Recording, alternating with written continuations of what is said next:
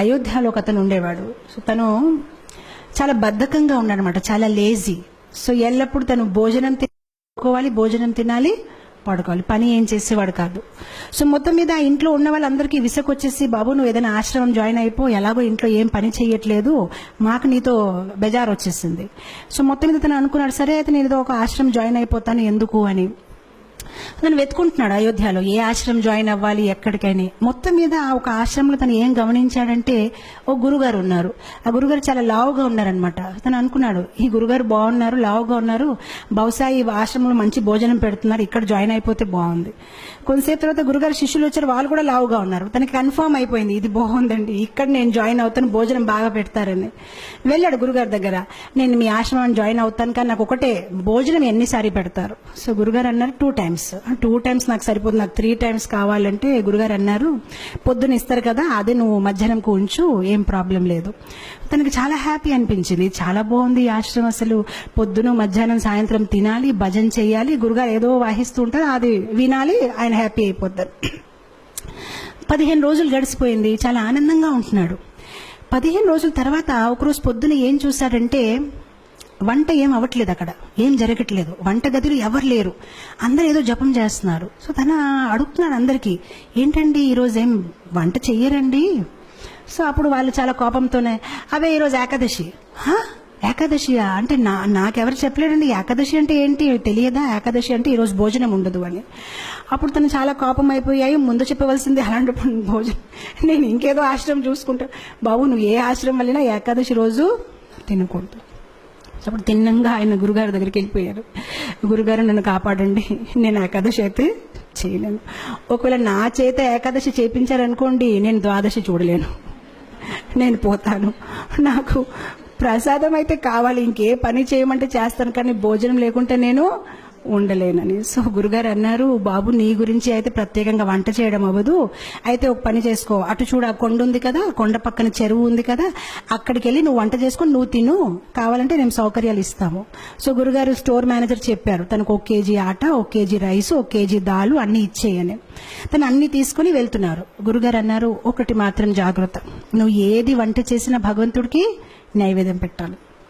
సరే అంటాడు, వెళ్తాడు, కష్టపడతాడు. తనకి బద్ధకం ఎక్కువ కదా, ఎప్పుడు వంట చేయలేదు, చాలా కష్టపడి వంట తయారు చేస్తాడు, కానీ అంత టేస్ట్గా లేదు, ఏ చపాతీలు కాలిపోయే ఏదోటి అవుతుందన్నమాట. మొత్తం మీద వంట తయారైపోయింది. సో వంట తయారైనప్పటికీ తులసి ఆకులు వెతుకున్నాడు, తులసి ఆకు పెట్టాడు, భగవంతుడికి పిలుస్తున్నాడు, కానీ భగవంతుడు రావట్లేదు. సో అప్పుడు తను చక్కగా ఒక పాట పాడతాడనమాట. సో చెప్తాడు, प्रभु राम आइए, राजा राम आइए, मेरे भोजन को भोग लगाइए। प्रभु राम आइए, राजा राम आइए, मेरे भोजन को भोग लगाइए. చాలా ప్రేమతో పాడుతున్నా, రాజారాం ప్రభురాం రండి, నేను భోజనం తయారు చేశాను, మీరు వచ్చి స్వీకరించండి. భగవంతుడు రావట్లేదు. తను ఆలోచించాడు, ఎందుకు రావట్లేదు అంటే, తనకేమనిపిస్తుందంటే భగవంతుడు స్వయంగా వస్తాడు. ఇప్పుడు మనకైతే అర్థమైపోయింది, మనం ఏదో యాంత్రికంగా పెడతాము, కానీ భగవంతుడు స్వయంగా వచ్చి తీసుకోవడం అనేది లేదు. కానీ తను చాలా అమాయకుడు, తను అనుకుంటే నిజంగా స్వామి వస్తారేమో, స్వీకరిస్తారేమో అని తను వెయిట్ చేస్తున్నారు, కానీ భగవంతుడు రావట్లేదు. అప్పుడు తను ఆలోచిస్తానమాట, తనకు ఒక ఐడియా వస్తుంది, ఓహో ఎందుకు భగవంతుడు రావట్లేదంటే, గుడిలో అయితే రాజభోగం, పకోడీలు, పూరీలు, పాయసము అన్ని తయారు చేస్తారు, నేనేదో సింపుల్ గా రైస్ దాల్ తయారు చేస్తాను, అందుకోసం రావట్లేదేమో అని. సో అప్పుడు తను భగవంతుడికి వాదిస్తారనమాట. తను భగవంతుడితో అంటారు, భూల్ కరోగే యది తజ్ దోగే భోజన్ రూఖా సూఖా, एकादशी आज मंदिर में है, बैठे रहोगे भूखे, राजा राम आइए, प्रभु राम आइए, मेरे भोजन को भोग धराइए. సో తను అంటాడు, బహుశా మీరు అనుకుంటున్నారు ఇతని దగ్గర ఎందుకు వెళ్ళాలి, నేను చక్కగా గుడికి వెళ్ళి అక్కడ పూరీలు పకోడాలు తింటాను, కానీ తప్పు చేస్తున్నారు, గుడిలో ఏకాదశి ఉంది, ఆకలిగా కూర్చుంటారు, ఏమీ దొరకదు, కనీసం నేను ఎంతో కొంత పెడుతున్నాను, వచ్చి తీసుకోండి, అది కూడా మిగలదు అని. ఎప్పుడైతే ఇలా పాడడం మొదలు పెట్టారు భగవంతుడు నవ్వు వస్తుంది. సో భగవంతుడు సీతామాతతో అన్నారు, సరే రా తినేసి వద్దామని. సో సీతామాతని తీసుకుని భగవంతుడు వెళ్తారనమాట అక్కడ నైవేద్యం తీసుకోవడానికి. ఎప్పుడైతే భగవంతుడు వస్తారో తను భగవంతుని చూసి ఆనందించడు. తను సీతామాత వైపు చూసి ప్రసాదం వైపు చూస్తాడు, సీతామాత వైపు చూసి ప్రసాదం వైపు చూస్తాడు. తను ఆలోచిస్తాడు, నేను ఒక్కరిని పిలిస్తే ఇద్దరు వచ్చేసారేంటి. సో ప్రసాదం వైపు సీతామాత, ప్రసాదం అప్పుడు శ్రీరాముడు అడుగుతారనమాట, నీకు ఆనందంగా లేదు? ఆనందంగానే ఉందండి, రండి కూర్చోండి అంటాడనమాట. మనసులో ఆలోచిస్తారనమాట, ఒక్కరిని పిలిస్తే ఇద్దరు వచ్చారు, సరిపోదేమో భోజనము, నాకు వీళ్ళు ఏకాదశి చేపించే ఉంటారేమో ఈరోజు అని. సో మొత్తం మీద భోజనం పెడతారు, వాళ్ళిద్దరు తింటారు, హ్యాపీగా వెళ్ళిపోతారు, తిని ఏకాదశి చేసుకుంటారు. ఎందుకంటే ఇంకేం మిగిలేదు. ఇంకో 15 రోజులు గడిచిపోతాయి, మళ్ళీ ఏకాదశి వస్తుంది. ఈసారి తన గురుగారికి చెప్తాడనమాట, గురుగారు 1 కేజీ ఆట సరిపోవట్లేదు, 2 భగవాన్లు వస్తున్నారు, మీరు 1 భగవాన్ 2 వస్తున్నారు, ఇంకా కొంచెం ఇవ్వండి. గురుగారు అనుకుంటారు, తిని కొంచెం లావుగా ఉన్నాడు కదా, భోజనం ఎక్కువ కావాలి, ఏం మాట్లాడుతున్నారు ఏంటో, సరే తీసుకువెళ్ళి ఇంకా కొంచెం ఆట, ఇంకా కొంచెం దాల్ అంటారు. ఈసారి తీసుకువెళ్తాడు, చక్కగా వంట చేస్తాడు, తులసి ఆకులు పెడతాడు, మళ్ళీ స్టార్ట్ చేస్తాడు. ఈసారి భజన్ మార్చేస్తాడు. రాజా రామాయియే సీతారామాయియే మేరే భోజన్ కో భోగ ధరాయియే. ఈసారి ఇద్దరిని పిలిచాడు, రాజారామ రండి, సీతారామ రండి. భగవంతుడు ప్రత్యక్షం అయిపోతారు. కానీ ఈసారి లక్ష్మణ్ని తీసుకొస్తారు.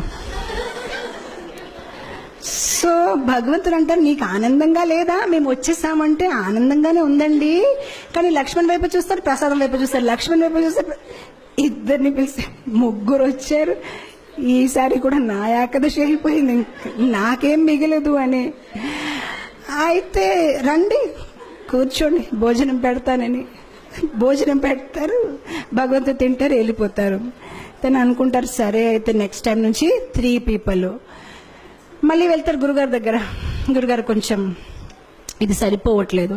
సరే గురుగారు ఒప్పుకుంటారు, సరే ఇవ్వండి, మేబీ సాయంత్రం పూట మళ్ళీ తింటాడేమో అని.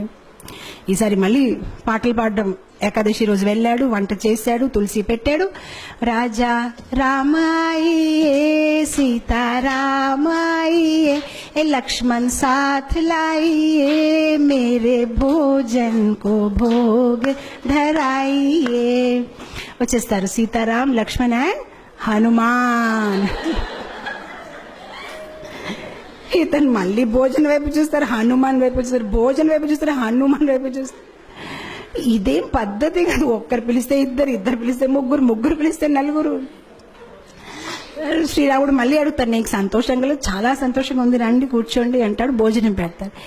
ఈసారి ఎప్పుడైతే సీతారాం ప్రసాదం అన్ని తినేసి వెళ్ళిపోతున్నారు, అప్పుడు తను అడుగుతాడు, ఏమంటే ఏం అనుకోకపోతే నెక్స్ట్ టైం ఎంతమంది వస్తారండి? మీరు ముందు నుంచి చెప్తే నేను కొంచెం, అంటే నాకు 4 ఏకాదశులు అయిపోయాయి, కనీసం నేను కొంచెం ఎక్కువ తెచ్చేస్తానంటే శ్రీరాముడు ఏం చెప్పరు, నవ్వుతూ వెళ్ళిపోతారనమాట. తను ఆలోచిస్తారు, సరే నేను ఏదో ఒకటి చెయ్యాలి, ఎందుకంటే కుటుంబ సహితం వచ్చేస్తున్నారని. మనం మ్యారేజ్ కార్డులో కూడా 1 పెట్టి 1 వస్తారు, కానీ 2 ఇదేంటి ఇలా ఉందని. తర్వాత ఏకాదశి రోజు మళ్ళీ గురుగారు చెప్తారు, నాకు 10 కేజీ ఆటలు కావాలి, 10 కేజీ రైస్ కావాలి. గురుగారు అనుకుంటారు, ఇదేదో ప్రాబ్లం ఉంది, బహుశా తను అమ్మేస్తున్నాడేమో. ఎంత ఎవరు తినలేరు, తప్పకుండా అమ్మేస్తున్నాడు. సో గురుగారు అంటారు శిష్యులతోనే, పర్వాలేదు తను అడిగింది ఇచ్చేయండి, తర్వాత మన పని చూద్దామని ఇచ్చేస్తారు. ఇప్పుడు గురుగారు అంటారు శిష్యులతోనే, మనం ఏం చేద్దామంటే కొంతసేపు తర్వాత వెనక వెళ్ళి చూద్దాం, ఎక్కడ అమ్ముతున్నారు, ఏ షాప్లో వెళ్ళి అమ్ముతున్నాడు. ఈసారి వెళ్ళాడు, తను సామాన్లన్నీ దింపాడు, కానీ వంట చేయలేదు. వంట చేయకుండా పాటలు పాడడం మొదలుపెట్టారు. సీతారామాయియే రాజా రామాయియే లక్ష్మణ సాథ్ లాయియే హనుమాన్ लाई मेरे भोजन को भोग धराइए. వచ్చారు సీతారామ లక్ష్మణ్ హనుమాన్ భరత్ శత్రుఘ్న కౌశల్య సుమిత్ర కైకేయి మొత్తం పరివార కుటుంబం అందరూ వచ్చేసారనమాట. సో అప్పుడు వచ్చేసి, బాబు మేము వచ్చేసామని. సో తను అందరు లెక్క పెట్టుకుంటున్నారు, వచ్చారు, చాలా మంది వచ్చారు. సో అప్పుడు భగవంతుడు అన్నారు, ప్రసాదం ఎక్కడుంది? సో అప్పుడు తిని అన్నాడు, నేనెందుకు వంట చేయాలి, నేను చేస్తాను, మీరు తినేసి వెళ్ళిపోతాను, నాకేది మిగలదు, అదిగో అక్కడ ఉంది, మీరు వంట చేయండి, తినేసి వెళ్ళిపోండి, ఎలాగో నాకేమి దొరకదు, గత కొన్ని ఏకాదశి నుంచి నేను ఏకాదశి చేస్తున్నాను, అక్కడ ఉంది, వంట చేసి తినేసి వెళ్ళిపోండి. ఇంకా తనకి కోపం వచ్చేసి చెట్టు కింద పడుకుంటాడు, ఇంక లాభం లేదు, వీళ్ళు ఎప్పుడు చెప్పినా మొత్తం కుటుంబం తీసుకు వచ్చేస్తారు. సో శ్రీరాముడు అంటారు సరే అయితే. సో శ్రీరాముడు కూరగాయలకు వస్తున్నారు, సీతామాత వంట మొదలు పెట్టారు, లక్ష్మణ్ కర్రలు తీసుకొచ్చారు, హనుమాన్ పండు తీసుకొని వస్తున్నారు, అందరు బిజీ అయిపోయారు. నేను ఎప్పుడైతే సీతామాత ఇలా వంట చేస్తున్నారు, దేవతలందరూ కూడా కింద దిగిపోయారు, ఆ ఋషులు మునీలు అందరూ చాలా హడావిడిగా అయిపోయింది. అక్కడ వంటలు అవుతున్నాయి అనమాట, ఎంతో మందికి వాళ్ళు కుకింగ్ చేస్తున్నారనమాట. అండ్ అదే సమయంలో అక్కడ గురుగారు వచ్చారు శిష్యులతోని, అంటే చూద్దాం ఇతను ఏం చేస్తారని. కానీ గురుగారికి ఏమీ కనిపించట్లేదు. ఆయనకి ఎలా కనిపించిందంటే చెట్టు కింద ఇతను పడుకొని ఉన్నాడు, ఆ సామాన్లు అక్కడ పడేస్తున్నాయి. సో అప్పుడు గురుగారు తను లేపి చెప్తున్నారు, నువ్వు చెయ్యవా వంట, ఏం చేస్తున్నావని. సో అప్పుడు శిష్యుడు చెప్తారు, మీకు కనిపించట్లేదా, ఎంతమంది వంట చేస్తున్నారు, ఇగో చూడండి సీతామాత ఏం ఇగో చూడండి ఇదేమవుతుందని. అప్పుడు గురుగారు అంటే నాకేమీ కనిపించట్లేదు. సో అప్పుడు తను కోపంతో శ్రీరాముడు చెప్తారు, మీరు కనిపిస్తారా లేదా, లేదంటే నా మీద ఆయనకి సందేహం ఉంటుంది, కనిపించండి అని చెప్తారు. సరే కనిపిస్తామంటే అందరు కనిపిస్తారనమాట. సో అప్పుడు అందరు కనిపిస్తే గురుగారు ఇంకా కళ్ళల్లో నీళ్ళు వచ్చేసి, నేను ఎన్ని సంవత్సరాల నుంచి శ్రీరాముడిని పూజిస్తే నాకు దొరకలేదు, కానీ నీ ఒక సరళ స్వభావం, నీ ఒక అమాయకత్వం చూసి భగవంతుడు వెంటనే ప్రత్యక్షమయ్యారని ఆయన ఏడ్చి ఆ శిష్యుడిని కౌగలించారనమాట. సో ఇక్కడ భగవంతుడు మన ఒక సరళ స్వభావం, మనలో వినయం ఎంత ఉంది, మనలో అమాయకత్వం ఎంత ఉంది. భగవంతుడికి కాంప్లికేటెడ్ పీపుల్ ఇష్టం లేదు. మనలో జ్ఞానం ఎక్కువ ఉంటే బహుశా భగవంతుడు నన్ను ఇష్టపడతారు అనేది కాదు, మనలో ప్రేమ ఎక్కువ ఉంటే భగవంతుడు మనని ఇష్టపడతారు.